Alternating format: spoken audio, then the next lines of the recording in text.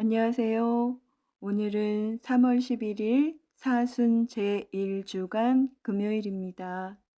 오늘 제1 독서에서 에제키엘 예언자는 주 하느님께서는 악인의 죽음을 원하지 않으시고 그가 걸어온 길을 버리고 돌아서서 사는 것을 바라신다고 합니다. 또 마테오 복음에서 예수님께서는 자기 형제에게 화를 내는 사람은 누구나 재판에 넘겨질 것이라고 하십니다. 오늘 제1 독서는 에제키엘 예언서의 말씀입니다.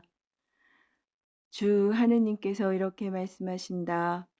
악인도 자기가 저지른 모든 죄를 버리고 돌아서서 나의 모든 규정을 준수하고 공정과 정의를 실천하면 죽지 않고 반드시 살 것이다.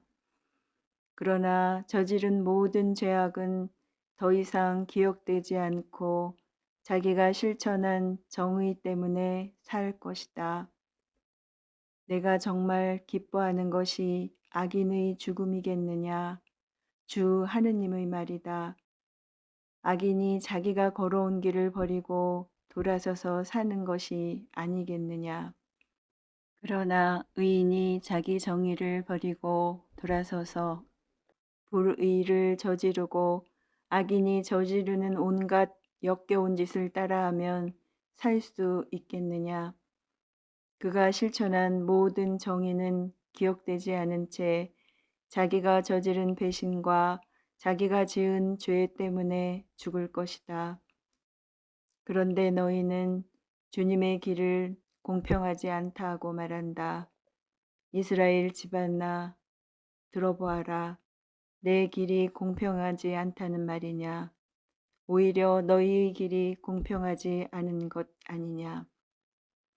의인이 자기 정의를 버리고 돌아서서 불의를 저지르면 그것 때문에 죽을 것이다. 자기가 저지른 불의 때문에 죽는 것이다. 그러나 악인이라도 자기가 저지른 죄악을 버리고 돌아서서 공정과 정의를 실천하면 그는 자기 목숨을 살릴 것이다. 자기가 저지른 모든 죄악을 생각하고 그 죄악에서 돌아서면 그는 죽지 않고 반드시 살 것이다. 주님의 말씀입니다. 하느님 감사합니다. 이어서 마테오가 전한 거룩한 복음입니다. 그때에 예수님께서 제자들에게 말씀하셨다. 너희의 의로움이 율법 학자들과 바리사이들의 의로움을 능가하지 않으면 결코 하늘나라에 들어가지 못할 것이다. 살인해서는 안 된다. 살인한 자는 재판에 넘겨진다고 옛사람들에게 이르신 말씀을 너희는 들었다. 그러나 나는 너희에게 말한다. 자기 형제에게 성을 내는 자는 누구나 재판에 넘겨질 것이다. 그리고 자기 형제에게 바보라고 하는 자는 최고의 의회에 넘겨질고 멍청이라고 하는 자는 불붙는 지옥에 넘겨질 것이다. 그러므로 네가 제단에 예물을 바치려고 하다가 거기에서 형제가 너에게 원망을 품고 있는 것이 생각나거든 예물을 거기 제단 앞에 놓아두고 물러가 먼저 그 형제와 화해하여라. 그런 다음에 돌아와서 예물을 바쳐라. 너를 고소한 자와 함께 법정으로 가는 도중에 얼른 타협하여라.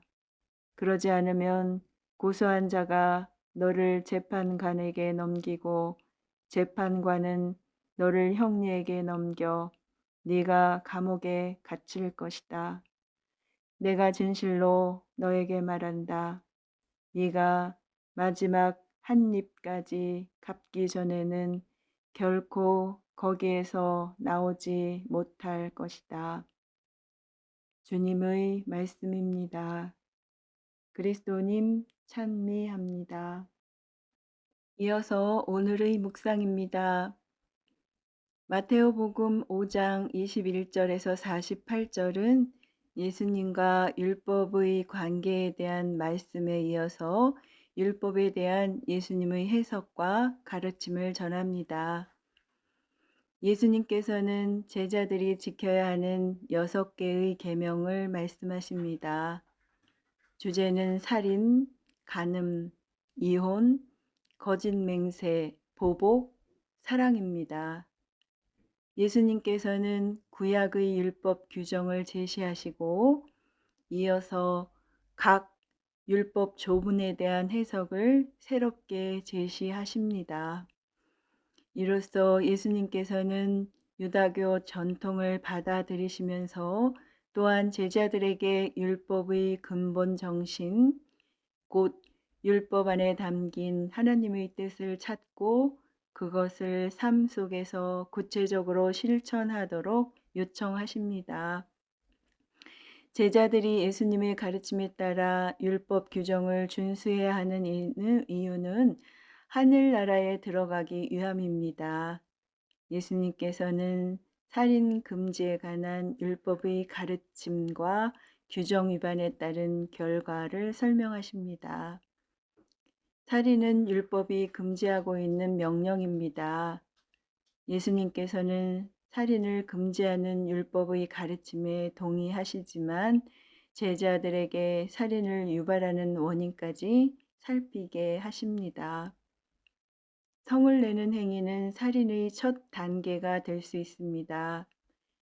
살인과 성냄의 대조는 예수님께서 율법을 폐지하러 오신 것이 아니라 근본적으로 완성하러 오셨음을 확인시켜 줍니다. 오늘 복음에서 언급된 율법의 요점은 인간 관계와 관련됩니다. 분노를 참지 못하고 화를 내면 극한 상황에서 살인까지 이어질 수 있지만 화해를 통하여 회복될 수도 있습니다. 예수님께서는 살인이라는 죄의 뿌리를 볼 수 있도록 인내하시면서 한편으로는 화해함으로써 인간 관계를 회복하도록 요청하십니다.